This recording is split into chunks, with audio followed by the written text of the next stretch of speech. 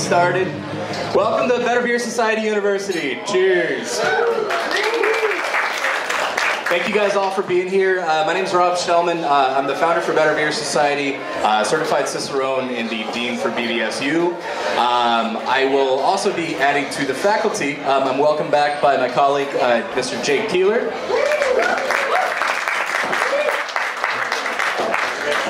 Sure, yeah, well, let's all stand up. Everybody stand up. This semester, we have added to our faculty. So we have some special guest instructors with us. Sir Lanny Hoff.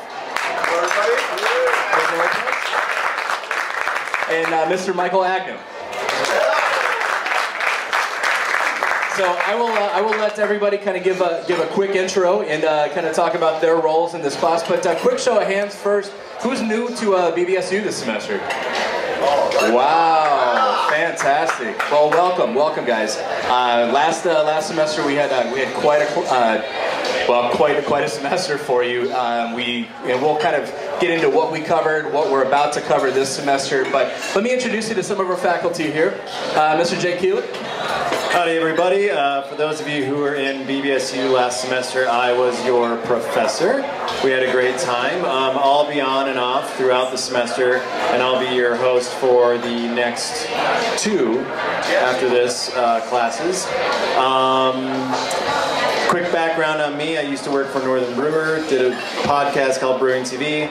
I'm also the chairperson of the American Homebrewers Association Governing Committee, and I love beer. So there you go. Hi everybody, my name is Lanny Hoff. I started in the beer business in the Twin Cities back in the mid-90s with an import company and then a distribution company. I'm still importing with a different company now. And my role for you during this semester will be to pop in once in a while and just tell stories. And we're going to have two classes that I'll be a part of, and they're still coming together, but just to whet your appetite a little bit, one is going to be a survey of European beers. So we're going to go, so we talk about local craft a lot, and that's important, but where did these styles come from? They came from Europe for the most part, so we're going to talk about that in the context of your experience as a Minneapolis beer drinker right now. The other thing we're going to do will be, that I'm still kind of coming up with, is something I'm calling evolution of beer style. Having done this for almost 20 years, one of the most interesting, it's long enough now where I can actually see the way that beers have changed over time. We're going to talk a little bit about that, once again with the European focus, because I think you're going to get quite a lot of domestic craft during the semester. So I'm there to lend a little bit of, if not gravitas, at least a little bit of balance. So thanks for coming out, everybody. Hi, I'm Michael Agnew. I am the owner of A Perfect Pint. And apropos to this evening, I was Minnesota's first certified Cicerone way back in 2008. First year the exam was given. So I, like Rob, do beer tasting events, beer parties. I also write about beer all over the place. Monthly column in the Star Trib, which comes out tomorrow this month on St. Patty's Day pairings. That's what it is. I write about beer and food pairing for SeriousEats.com, run my own blog, A Perfect Pint, and write for The Growler and any number of other places. So I'll be doing the next one, what, 3 weeks from now? Last session in March. Perfect, yeah. And that's pretty much all the important people on stage right now. So, Who's this guy over here? No. So we are joined by a very, very special guest tonight. Give a round of applause for Mr. Ray Daniels.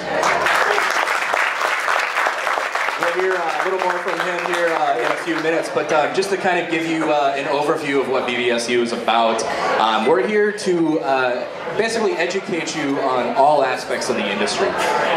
It's one thing to have breweries come up here and share their stories day in and day out, but what we really feel is important is really kind of giving you just a well-rounded education, making you better beer drinkers, ensuring that you understand, not just the brewing process, not just, the ingredients itself, but also understanding the business side of it too. I mean, maybe some of you are interested in getting into the industry and helping this industry grow. So we have heard from distributors last semester. We'll probably hear from some retailers this semester as well too. In addition to things like tasting beer and how to taste beer properly, the principles of pairing, not just just understanding ingredients and flavor a little more so. So we'll get into all that stuff, and of course there will be beer. There will be beer at every class, and we're going to introduce you to some really fun stuff this semester. Last semester we had a couple treats. Well, let's see. We had the Cantillon, the Foufoune. That was a really special one. Maybe Flanders Fred. That was also a really special one too. Todd from Surly, the brewmaster, donated some aged darkness to us. So there's a lot of fun treats for you in store. But we really do want the showcase of BBSU to be about education, and that's really where the value comes into play. So. In addition to your samples, feel free to take care of our gracious host, Republic. They've offered up this beautiful, intimate space for us, from you guys to all learn from, pretty much the best in the industry. We feel across the board. So take care of your host. They're really working hard for you. So we'll get into our guests here in a second. But I want to thank a couple sponsors. We have some new sponsors for BBSU now. Vine Park Brewing is donating us a sort of a class beer. They're donating a commemorative class beer for us. So we're all going to we'll get into the specifics on that at the end of class, but you guys are all going to make a class beer. And our thanks to Vine Park for donating the ingredients. In addition to that, Uber, we like to encourage responsible drinking. So Uber Black Car Service is a fantastic new car service. You guys all have a code inside your notebooks. Feel free to use that. It's a free ride on us. See if you like it. And then last but not least, a very special thanks to our title sponsor, the Cicerone Certification Program, and Ray for being so kind to fly up here. So without further ado, I'd like to introduce a veteran beer educator, author of many books. Let's see, song and dance guy, karaoke star. A senior faculty member of the Siebel Institute and the director for pretty much what's considered the industry standard for beer and recognizing all stars in beer. So here's Mr. Ray Daniels.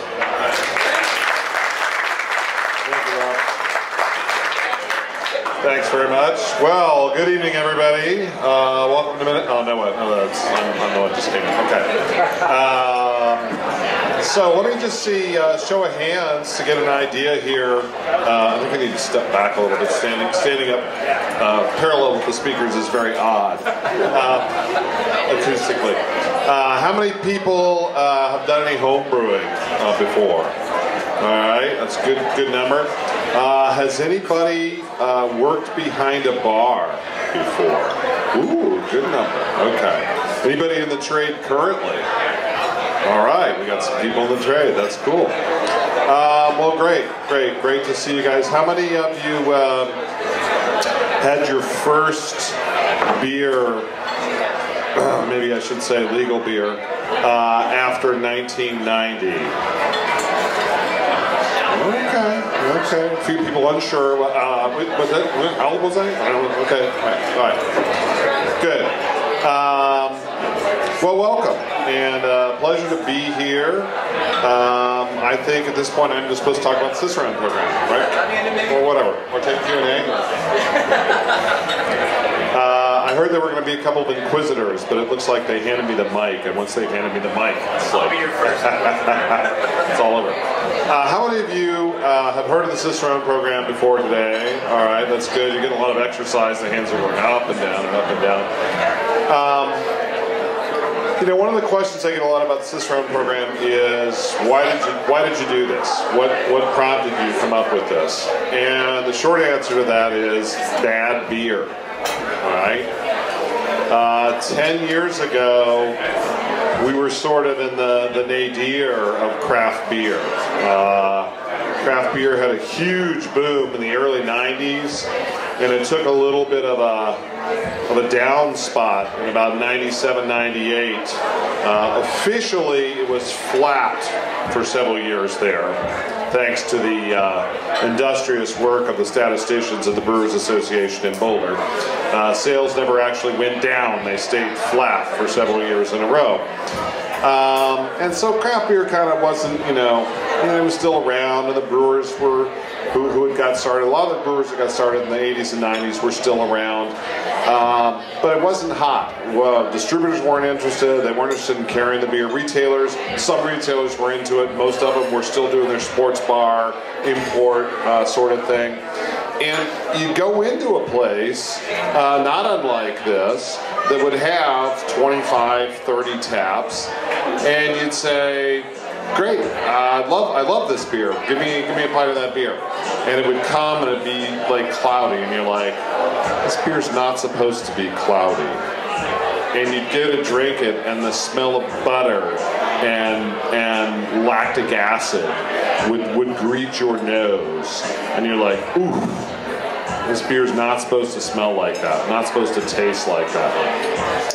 You taste it bravely, and like, oh my God, that beer is so, like, not good. You call the waitress over, and you're like, there's a problem with the beer. It's like, just maybe take this away and bring me some. Oh, I'm sorry. I'm sorry that you don't like that beer. No, it's not that I don't like the beer. The beer has been ruined by the draft system. It always tastes like that. There's nothing wrong with the beer. No, really, trust me, there's something wrong with the beer. And there was one particular occasion where I was in Durango, Colorado, and I was with Randy Mosier. How many people know who Randy Mosier is? Author of Tasting Beer, one of the greatest, beer experts, I think, in the world right now. We happen to be colleagues. We've been working together for 20 years, just by a mere circumstance of geography. But Randy's a very talented guy on many fronts, including his palate. So it's Randy, myself, and Lynn Kruger, who is the director of the Siebel Institute. She started out as a sensory scientist at SAB in South Africa. She has one of the best palates in the world. I mean, Lynn's tasting technique is what she calls drive-by. She swirls her glass and goes like that, and then tells you exactly what's going on with the beer. And I'm like, really? I got my nose in there for 15 seconds, and I'm having trouble getting that. And Lynn just does the one little whiff by.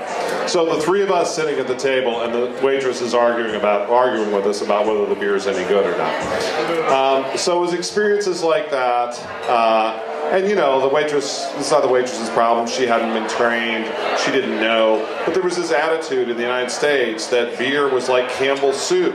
You buy a Campbell's soup, you take it home, you throw it in the cabinet, and 6, 8 months, 12 months, 3, 4 years later, you pour that can of soup out, throw it in a pot, you heat it up and eat it, and it's fine, right? It's immutable. It's a thing that doesn't change over time. And that's the way Americans thought about beer. They didn't realize that what they were doing to beer could ruin it. And they didn't realize that more often than not, beer is ruined in the final 10 yards from the brewery's keg to the drinker's glass. And that was really sort of a travesty. So that was really the inspiration. It was me sitting where you are now in the consumer's seat, getting bad beer, talking to wait staff and bar owners who didn't really know what beer was all about, even though they had 20, 30 taps and lots of craft beers.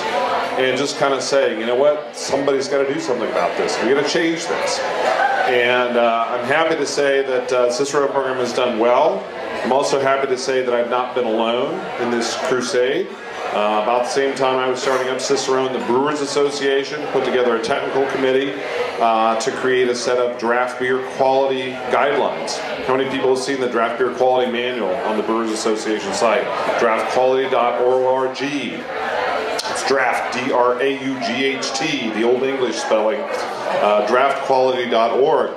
Fantastic resource for the industry.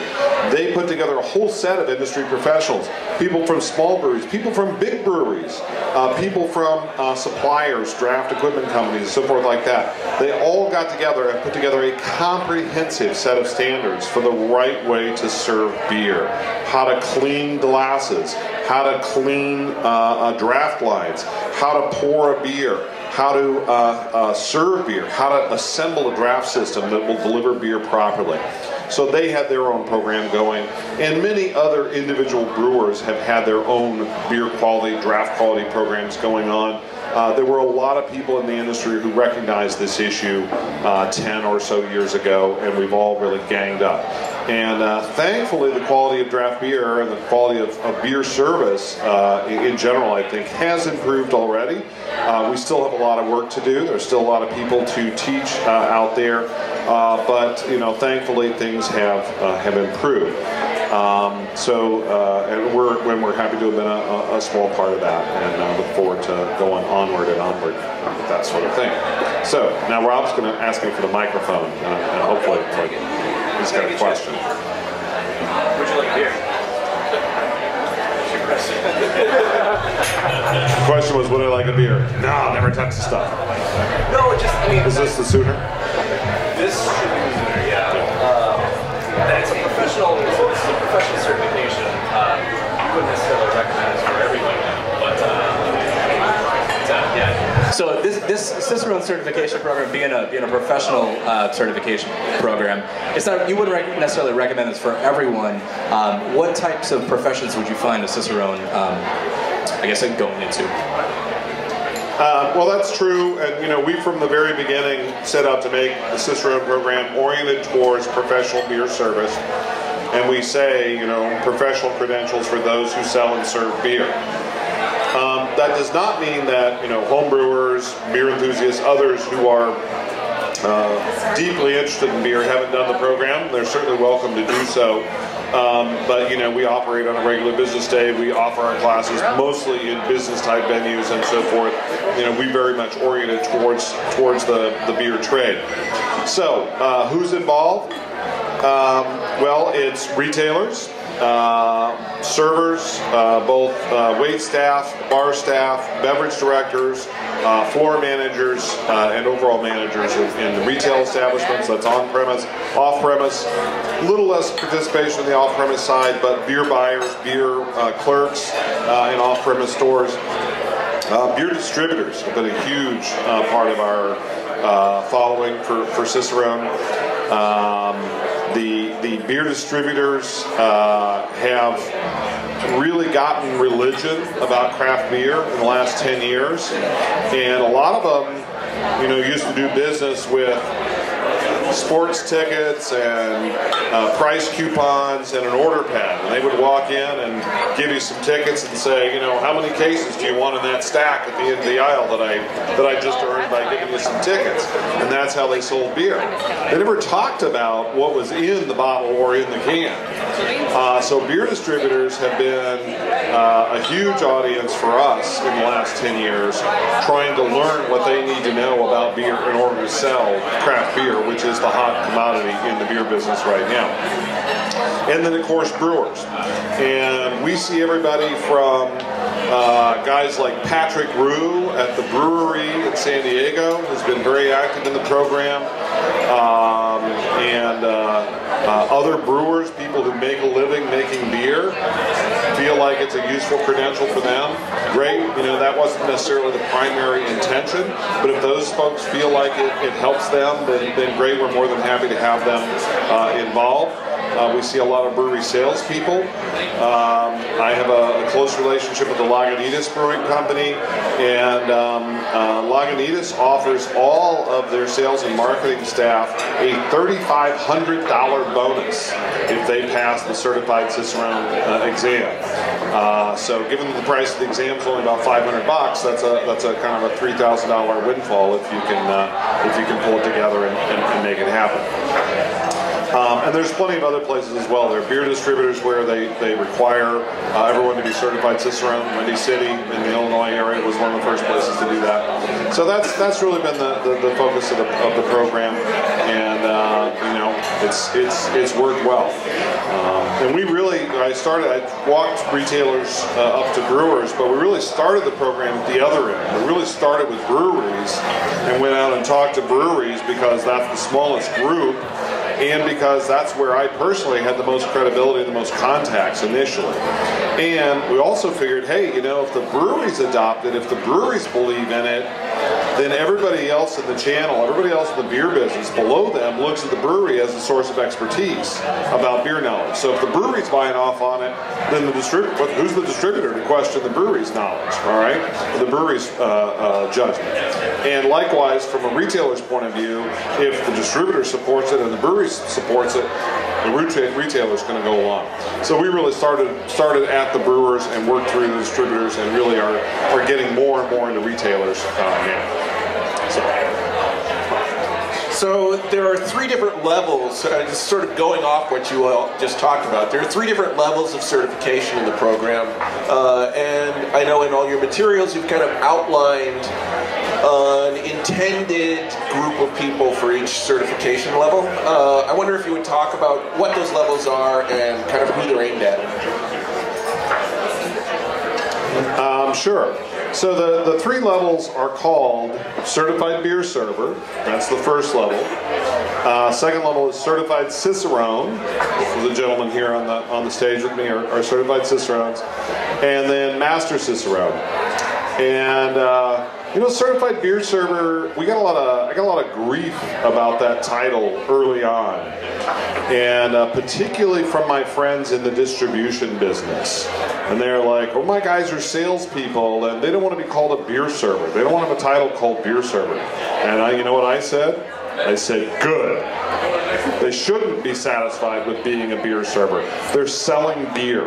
They need to have a broad encyclopedic knowledge of beer, of styles, of beer service, of brewing process, in order to properly represent that beer, in order to understand the products that they're talking to brewers about, in order to give counsel and advice to their customers."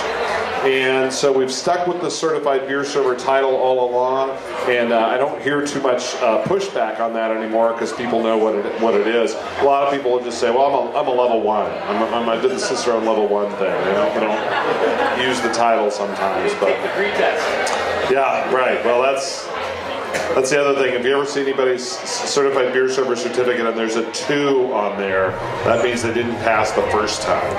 So, just outing a couple people there. But, so Certified Beer Server very much was oriented and organized towards servers. It was basically, that's where the rubber meets the road. When you come in to buy a beer in a restaurant or a bar, you're not going to have some fancy schmancy sommelier kind of guy walking out to tell you about the beer, all right? You're going to talk to your server. And that is, a reality of the beer business. That's a reality of the way we all buy beer. When you talk to the person who's going to bring it to the table, you talk to the person who is pouring the beer at the bar. You don't wait for some highfalutin guy to come out and tell you about the beer, right? So the people on the front line need to know enough to answer your questions, to respond intelligently to what you have to ask. And one of the greatest examples I can remember this as being at the Mountain Sun Brew Pub in Boulder, Colorado, a number of years ago. And they have a whole wall of taps, most of them their own, a few guest beers as well. And on this particular night, they had 2 or 3 different IPAs available. And I was in the mood for an IPA, but I was in the mood not for any IPA, but for an American IPA. And so, I'm looking at the IPAs and I'm asking the bartender, what's going on with the IPAs? What can you tell me? What's the difference between them? And he said, A is much more of an American IPA, you know, Cascade, Centennial kind of hops. This one's pretty much more an English IPA, Fuggle, etc. It's like, bingo, exactly what I needed to know. Boom, American IPA, that's the beer that I want. Great example of practical knowledge, good insight into what kind of question a consumer is asking and being able to answer. Didn't require a huge amount of in-depth knowledge of the product, just a basic understanding of styles and the kinds of flavors that are exhibited in those beers. So that's what we're trying to get at that first level. Some basic style knowledge, some basic understanding of how not to screw up the beer between the time it arrives in the restaurant and the time it gets to the consumer's glass. All right. Second level people, those are the folks, as I said, this is certified Cicerone, this is a registered trademark title. You know, no one can call themselves a Cicerone unless they have achieved this second level, certified Cicerone or the higher level of Master Cicerone. We protect that mark for the people who have earned it. And the people at that second level have enough knowledge to be instructors in a beer school, to be beverage managers in a bar or restaurant, or beverage buyers in a off-premise situation, to be salespeople for a brewery, salespeople for a distributor. They have a broad knowledge and understanding of beer styles, beer service, brewing, flavors. There's no tasting at the first level. At the second level, there's a tasting component to the exam. You cannot become a certified Cicerone, unless you have a certain amount of basic tasting skill. The ability to identify off flavors, the ability to discriminate between different styles of beer, the ability to taste a beer and decide, is this beer good enough to serve or not? All right? And that's the one that drives everybody crazy, I think. So there's some you know, tasting knowledge there as well as book knowledge. And then Master Cicerone is sort of for those fancy pants guys who want to prove they know it all, or nearly all. There are exactly 6 Master Cicerones in the world at this point, 5 in the United States, 1 in Canada. And those guys really know a heck of a lot about beer, and we really run them through a ringer. That Master Cicerone exam is a 2-day examination. There are 4 tasting panels. There are 4 oral examinations by master examiners for half an hour each, and then it's about 8 hours of essay exams that they write for the master exam as well. So just a heck of a lot of knowledge, heck of a lot of tasting. We don't give them any hints on the tasting. We basically throw some beers in front of them and say, what's wrong with these? What kind of beer is it? That's for you to figure out.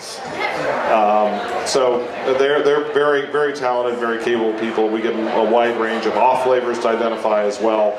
And that's always an interesting thing to see where the blind spots and where the sensitivities are. So enough about the Cicerone program. Let's talk about something more interesting like beer. Who's got a question? Well, I mean, my question was more so on the numbers really quick, just because of what's involved with the test. I mean, there are 54 certified Cicerones in Chicago right now. I could be wrong, give or take a number on that, but ish, and even a master in Chicago. I'm just curious if the service industry practices in Chicago, have you noticed a difference now with all those Cicerones being in Chicago? You know, I live in a very rarefied world. I have about 6 places that I go, oh, well, it's probably not true, maybe 10. But I tend to go to the same places over and over and over again in Chicago. I don't get bad beer at the Hop Leaf. I don't get bad beer at Owen and Engine. You know, most of the places I go are places where there is a certified Cicerone, you know, running the beer service, and so the beer service is good. Yeah, I mean, I think beer service is better in general. I do. But again, I do live in a rarefied world, and I would be the first to admit that. So I'm not quite as widely exposed as others who are just walking into whatever bar. I do every now and then go someplace that, you know, somebody else picks out, and I order a beer, and the bartender pops the top off a bottle and slides the bottle across the bar to me, and I'm just kind of like, what? What's this?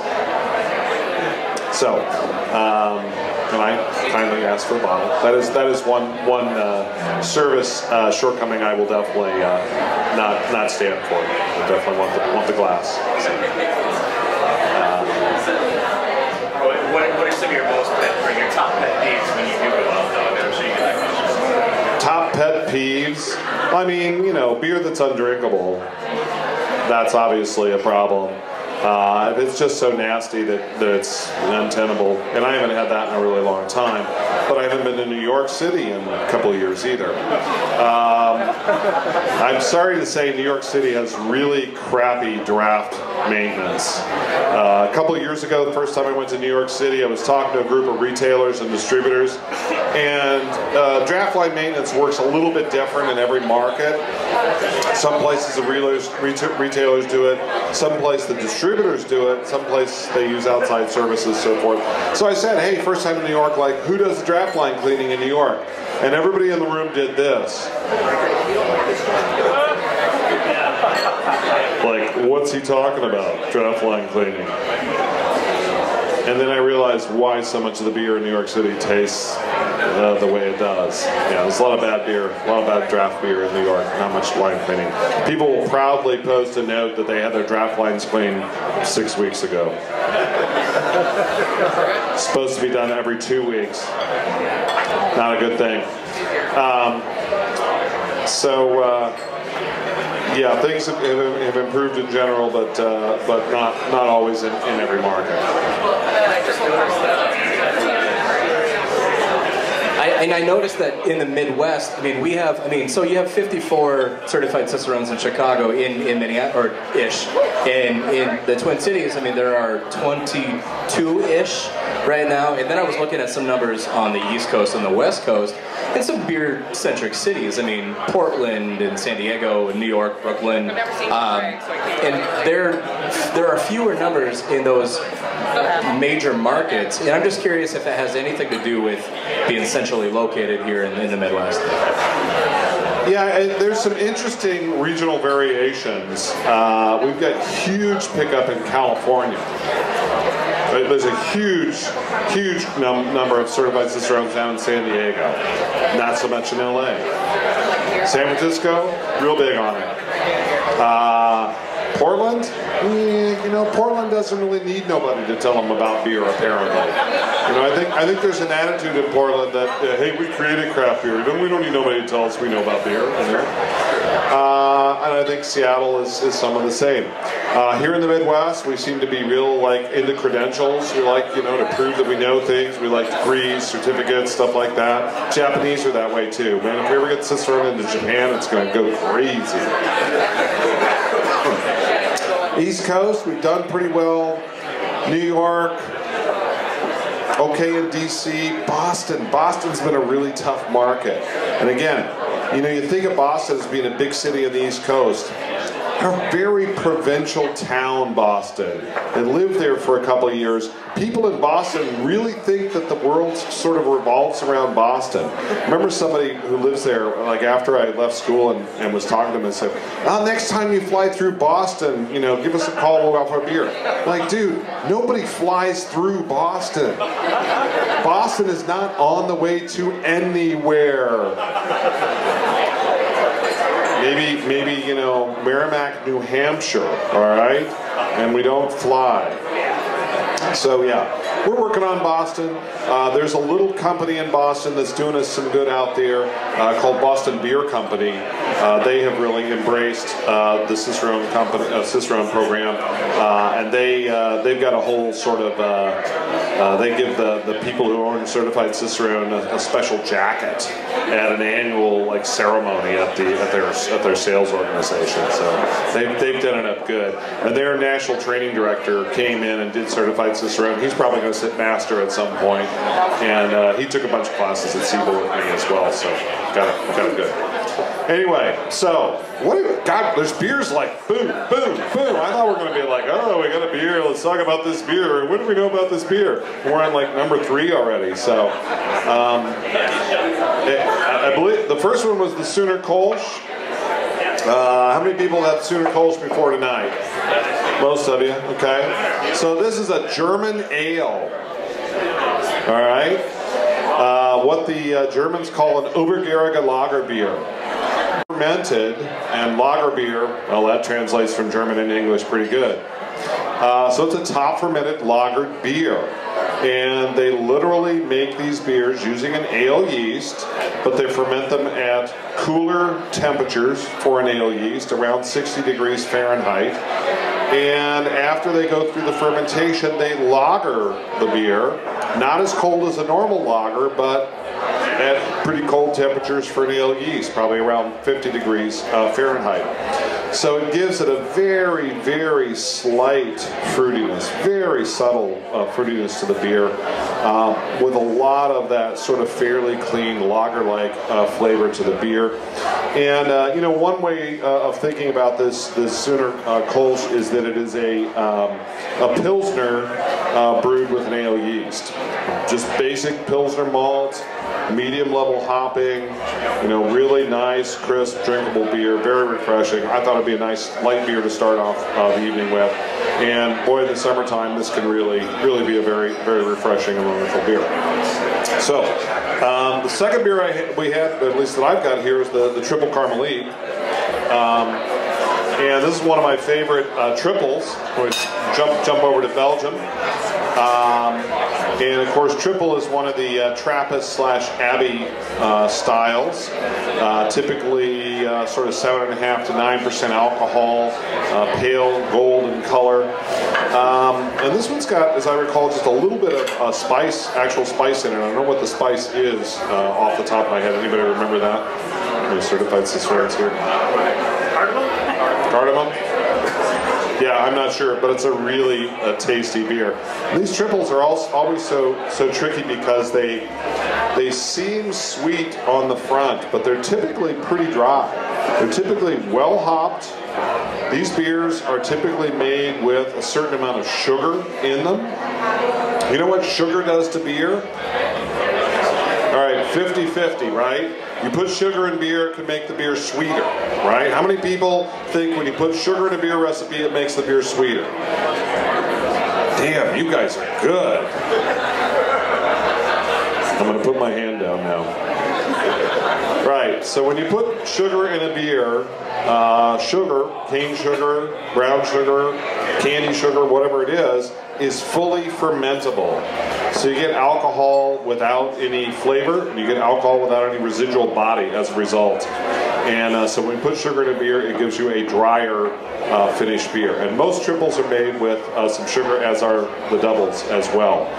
And I always think of double. If you look at the statistics on doubles, the Belgian doubles, you'd think, oh, this is going to be a nice malty, sweet sort of beer. High original gravity, very low IBUs for bitterness. Yeah, it's going to be nice, luscious, sweet beer. And then you pop open a Chimay Red, you pour it in a glass, you're going to take it, taste it, it's like, damn, that's dry. Like, what happened to that nice, luscious, sweet beer I thought I was going to have? So no, you get that very dry character, even though they're low IBUs. And the Belgians are really good at making balanced beers without using a lot of bitterness. And this is a bit of finesse that I'm hoping American brewers will pick up and get better at in the coming years. Nothing wrong with a good IPA, but I've gotten past the point where that's what I'm in the mood for every single time I have a beer. And the Belgian brewers use sugar to lighten the malt flavor and give you less residual sweetness, and they use high levels of carbonation. And carbonation contributes to the balance of a beer. How many people have got a copy of Designing Great Beers at home? A few of you? Okay, some home brewers, great, thank you. Well, you know, when I wrote Designing Great Beers, I talked about recipe balance. Designing Great Beers is a recipe formulation book, basically. So I talked about recipe balance as being the difference between the malt component and the bitterness. So when we talk about BU, IBUs versus GU, gravity units. So bitterness versus gravity. And certainly back in the 90s, that's pretty much the way we looked at balance in a beer. Balance in beer was all about how much malt do you have, how much hop bitterness do you have, and that's how we define balance. Well, guess what? That's not all there is to it. We know now that you can get gravity units from sugar, and the gravity units from sugar are not the same as gravity units from malt because they don't give you that residual body and that residual sweetness. Not only that, but scientists have begun to tell us that carbonation is not just a mouthfeel, not just a sense of touch, but it is also actually a taste. And so carbonation plays a role in the flavor balance of beer. And so now when I think about beer balance, I don't just think about gravity versus IBUs, I think about gravity versus IBUs plus carbonation. Okay? Now, a couple of examples of where that works. How many people have ever had a draft Guinness Stout? Come on, almost everybody's had a draft Guinness Stout, right? If you haven't, go out and have one soon. Draft Guinness Stout, if you look at the numbers, it's a stunningly bitter beer, all right? It's about 1041, 1042 original gravity, about 4.1 ABV, 40 IBUs, all right? As many IBUs in that beer as there are gravity units on that original gravity scale, all right? That is a very, very bitter beer. There are very few beers in the world that have that high a balance. Even amongst double IPAs, you will rarely find a balance that highly oriented towards the bitterness. And yet, Guinness is one of the best-selling beers in the world, all right? It sells well, people drink a lot of it.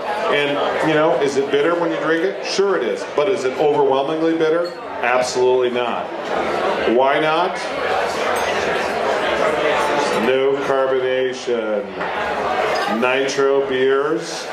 That whole nitro pour thing is how you push beer through the draft system that is a very low carbonation content. The amount of CO2, the amount of carbonation in draft Guinness Stout is half the level in a normal American beer. All right? So that softer carbonation, that lower carbonation, with that high level of bitterness, overall gives you a balance that works just fine. All right? At the other end of the scale, we have the Belgian beers, all right? High gravity units, very low bitterness units by contrast, but they typically are very highly carbonated. 3.5, 4.5 volumes of CO2. 50% to almost 100% higher than a normal American beer.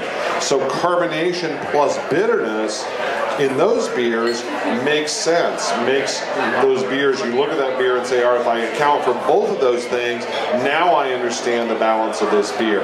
So if you take that Chimay red that you were hoping to be nice and luscious and sweet, and the first taste is like, oh my God, this is spare and dry, and what happened to that beer I was looking for?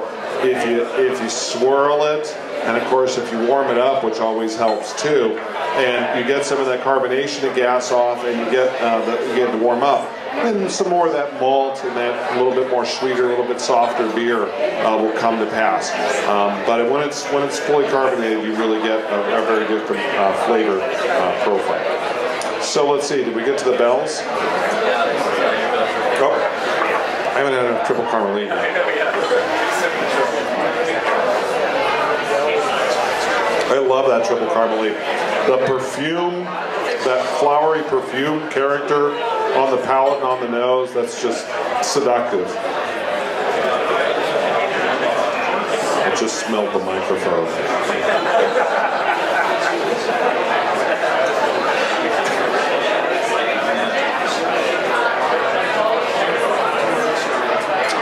So how many people have had Bell's Two Hearted before tonight?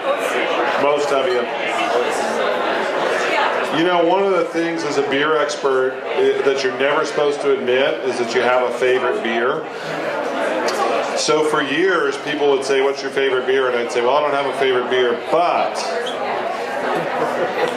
if there's ever, whenever I run out of Bell's Two Hearted Ale in the house, it's time to go to the liquor store. So for a lot of years, Bell's Two Hearted was my go-to beer. I used to do some fairly fierce endurance athletics, triathlons and stuff like that. And so there were a lot of days where it was like I was a one beer guy. You know, I was dehydrated. I used to be like 40 pounds lighter. And it was like, I couldn't drink very much. And so it was like, all right, I got one beer, I got one shot. And it's like, man, I gotta go for the Bells. And I can't tell you how many times it's like, I got one beer, I'm gonna have my Bells. For a number of years there. So that's been a go-to beer for me for a long time. Larry Bell has been a bit of a pal over the years. Larry and I were both born on the same day. Yeah. So, and after that, all similarities end, I think. But I think this is a really fantastic beer, and I remember when Larry first introduced this beer in the 90s, and the first time I tasted it, I said to him, I said, Larry, that's a world-class beer. And I think a year or two later it won silver at GABF for IPA. Now today, in today's world, it doesn't fare so well as an IPA. You know, the bitterness is pretty low. It's really big on the flavor and aroma hops. Got a fair amount of sweetness. Those Centennial hops have a sort of a juicy fruit gum sort of flavor. A lot of fruitiness to them, and that accentuates your perception of sweetness. So a lot of judges in particular taste this beer and like, IPA, what's that doing in this category? You know, not bitter enough, not properly balanced, all that stuff. But the bottom line is, it's an amazing beer. It's a wonderful beer, no matter, you know, style categories aside. And I am certainly one of the original style Nazis, but it's a really wonderful beer, and I still love it, even though I don't think I've had any in my refrigerator for quite a while.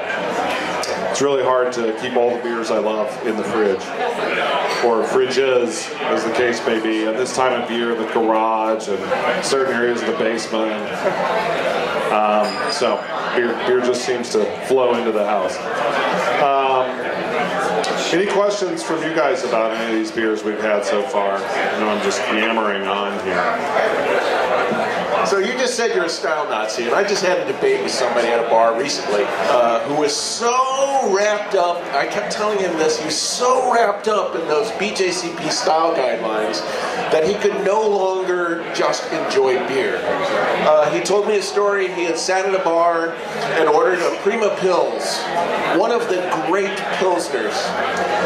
But it's an American Pilsner, and it has some citrusy notes in there. And so he spent the whole time at the bar trashing it because it wasn't a Pilsner. It wasn't a proper Pilsner.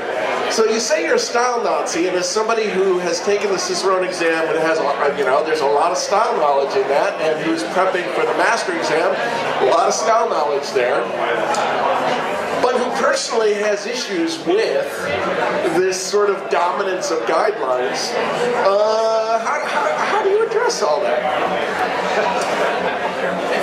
Sometimes I just swear at the BJCP style guidelines. You know, when we started the program, we did not have the gravitas or the credibility to sort of promulgate our own style guidelines.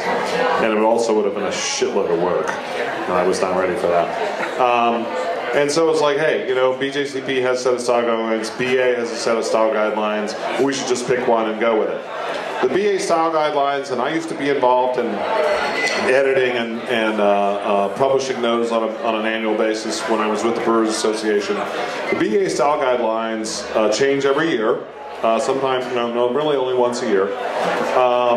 And so it's a moving target, and that was really a problem for us. We didn't want people to be studying for exams and have to say, wait a minute, am I studying like last year's guidelines or this year's guidelines? And new BA guidelines just came out a couple of days ago, and I got a couple of emails from people saying, so wait a minute, I know you don't use the BA guidelines, but wait, is anything going to change as a result of, like, no, it's fine, it's still the same, it's still BJCP. So BJCP is much more stable. They only revise them every 4 or 5 years, mostly because it's a committee that does it, and the committee can't agree on a new set of guidelines in more than 4 or 5 years, so it takes them time to get around to doing it. So it's a little bit more sticky, a little bit more resilient. The downside of BJCP is there are some things in there that I strongly disagree with in a couple of cases. But like, you know, styles are what styles are. So we gotta set a set of standards and go for it. Right now, the current set is from 2008. And a lot of the commercial examples they cite in BJCP are pretty old. Some of them aren't around in the United States anymore. There's a lot of new beers around that are maybe better examples or certainly good examples. So, you know, things evolve.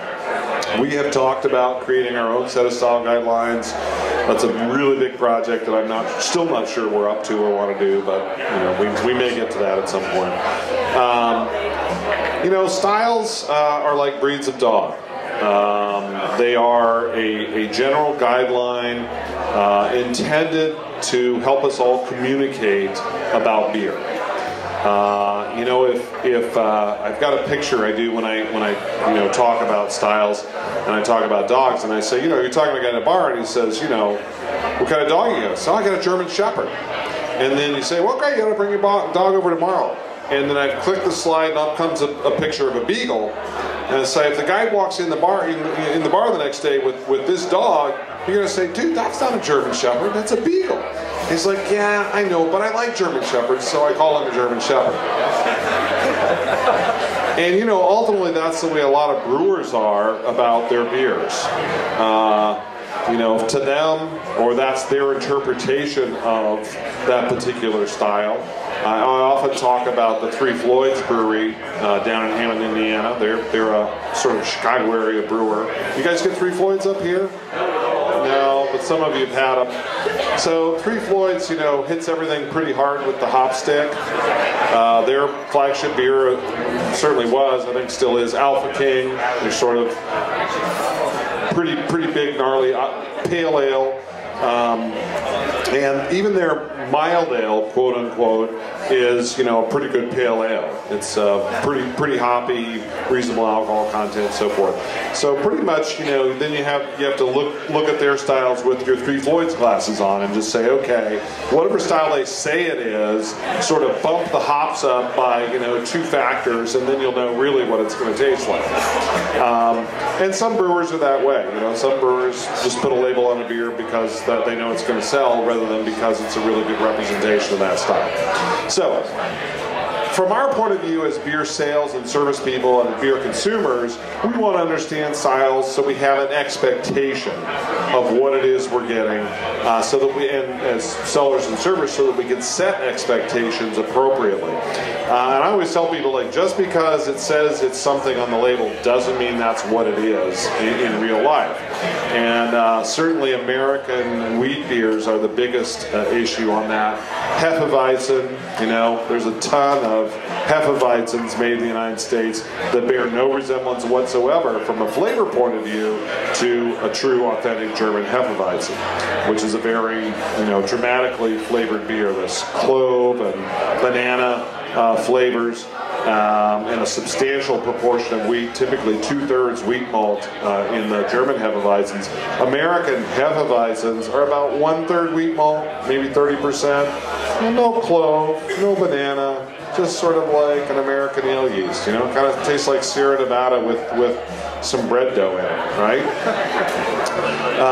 And it's a great style. You know, there are a lot of great beers. I mean, Bell's makes one, Oberon, Goose Island makes 312. You know, Pyramid and Widmer, you know, pretty much have built their breweries around their American, you know, wheat beers or Hefeweizens. But it creates a lot of confusion amongst consumers. And for somebody, you know, like me who loves German Hefeweizens, not so excited about American wheat beers. You know, you see a beer you've never had before that says it's a Hefeweizen, but it's made by an American brewer. Now you're truly conflicted. Is this the style I love, or the style I don't so much love? And that gets into where styles, I think, are pretty important. But ultimately, styles were promulgated and created for judges, and judges are all about, getting down to that exacting, fine little point of is it here or is it there, and trying to kick things out. And if you're judging, okay, fine, put the fine-tooth comb on, be super critical. If you're drinking beer, if you're close enough, then that's really what it's all about. Well, we're about out of time, so if you have any closing comments, and we are going to open this up to Q&A before we let you guys go, but if you have any closing comments or just words of wisdom for anybody planning on taking the Cicerone test or are certified beer servers? A few of you out there? Excellent, okay. Well, we've got a good 5 hands out there, so any words of parting wisdom for them? No, I just talked to Shellman over here that just did our Beer Savvy program. We just published a training, e-learning training program for that Certified Beer Server program. And it goes through the basics of beer handling, beer service, how to get a beer clean glass, all of that sort of stuff. The basics of flavor, basic components of flavor in beer, the basic ingredients of beer and what they are, and then basic beer styles, the histories, porter, stout, pale ale, IPA, the German styles, the Belgian styles, the American sort of roots and connection to the old world. And, it's an e-learning program. It's something that you can spend. How long do you think you spent working on the program? I spent 7 full nights, probably 2 hours to 3 hours a night. Oh, okay. So he spent a lot of time. Really complete 15 to 20 hours sounds like. So it was designed to be sort of 5 hours of seat time. You can flip through the whole thing once in 5 hours, but if you really study it, really work with it, there's a lot of material there. There's some style comparison charts in there where you can pull up 3 different styles side by side and look at the differences in IBUs and bitterness and all that stuff between them. Anyway, that's sort of our latest thing, and that's a product that's available and maybe useful to people who just want to learn more about beer, in addition to the things they can learn by actually tasting it and talking to people who have expertise as well. Now, I don't have much, I don't think I've had this Founders beer before, but we were talking about the beers beforehand, and I was like, hey, let's throw the Founders Porter in there. It's a British style. I've never had it before as far as I know, but it's Founders. How far wrong could it go? Damn, that's good. It's a really nice porter, huh? Just a really nice, again, kind of world-class beer from my point of view. Really nice. And British beers have kind of fallen out of favor in the United States at this point, but don't forget that the roots of the craft beer movement come from Britain, right? Home brewing was legalized in England in 1963. I just did a session with God, I'm forgetting his name, Jack from New Albion. McAuliffe, thank you, Jack McAuliffe, who founded New Albion. I was down in Dallas the same time he was there, and they asked me to get up and do the Q&A with him, and so just had a lovely time talking to him. But one of the things I asked him is like, how'd you know how to make the beer? How'd you learn how to make beer? It was 1980. There was no complete joy of home brewing, much less Noonan's brewing lager beer or Miller's brewing beer or any of the books that I learned or any of the books that are out there right now. And he said, and I knew he was going to say this, Dave Lyne's Big Book of Beer. Well, Dave Lyne is an Englishman, and Dave Lyne's Big Book of Beer was the seminal textbook on homebrewing that many of those early American craft brewers will credit with their inspiration, their knowledge of how to brew beers. And, Sierra Nevada. Sierra Nevada started basically because Ken Grossman had visited Jack McAuliffe. Ken was interested in doing a brewery, but he wasn't sure it was going to work. Ken read a story in a newspaper that Jack had turned a profit, and it was on the basis of that Ken decided to go ahead. About the time Ken got the brewery built, he heard that Jack had gone out of business. But at that point, he was committed. So we got Sierra Nevada anyway. But Sierra Nevada Pale Ale, Porter Stout, all classic, English recipes done with an American twist. So that really is our heritage. That's the first sort of wave of American beers, was that British brewing wave. Well, let's give it up to England then. Let's certainly give it up to Ray. But I'd like to briefly open up the session to you guys. Any questions out there for Ray? Sure. So, okay. What's the most challenging part of the Cicerone certification? The tasting or the actual written test? Depends on your palate. Now we have people who do really well on the tasting exam and cannot pass the written part to save their lives, and vice versa. It depends upon the individual. I will say the hardest part of the exam, top to bottom at all levels, is beer styles. It's only, look at like certified Cicerone exam, beer styles is only 25% of the exam, but there is so much depth and so much knowledge in that 25% that if you don't have a really solid grounding in beer styles, you're not going to get out of the beer style section with a decent score. And you really, at certified Cicerone level, because of the way it's divided up, you have to have good solid knowledge in all 5 areas to pass. Thank you. Yes. This is one of those ish questions that you kind of mentioned. How many people would you say are certified Cicerones right now compared to how many people have taken that test? All right, so numbers, we're a little over 20,000 certified beer servers right now. We're a little over 700 certified Cicerones, the second level. Pass rate is between 30 and 40%, pretty consistently. First time exam takers.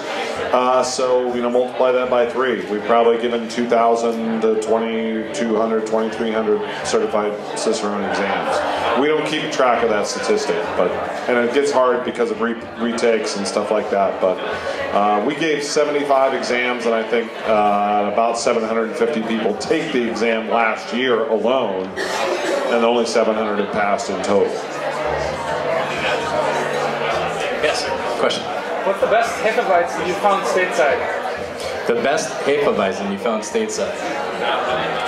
Well, Hefeweizen... I'm German, so I had to ask this question. Hefeweizen is the one my go-to right this minute would be Weinstefan, the Hefeweizen. But American-made, the Two Brothers brewery in Chicago makes Edelweiss is pretty good and reasonably consistent.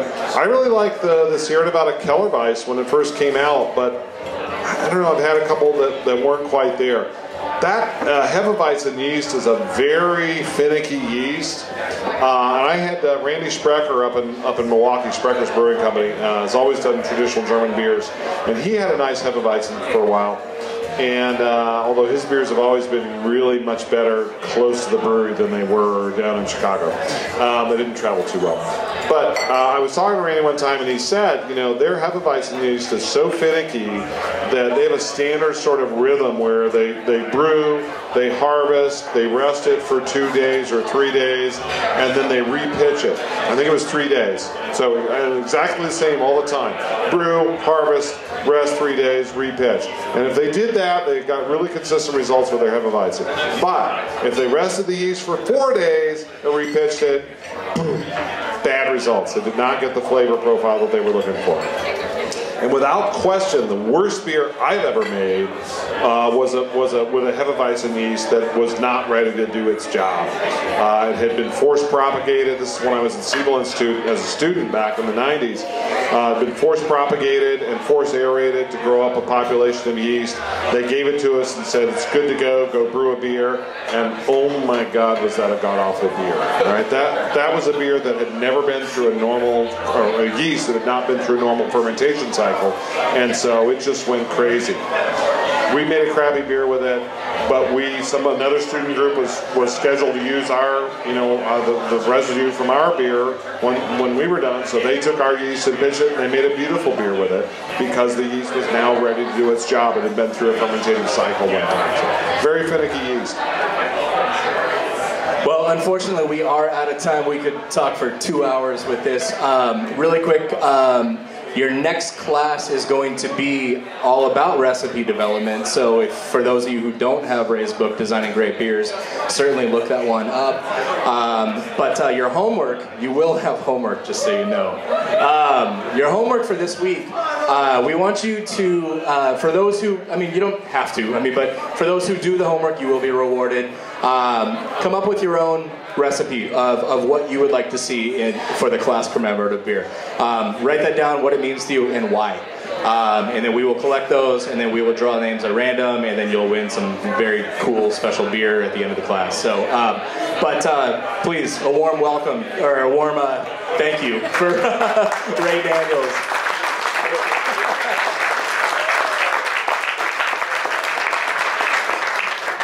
If you could please make sure that your glasses are placed on the table as you exit. Right here, right behind you, they'll be shuffling you. But thank you guys all for being a part of Better Beer Society University, and we'll see you next week.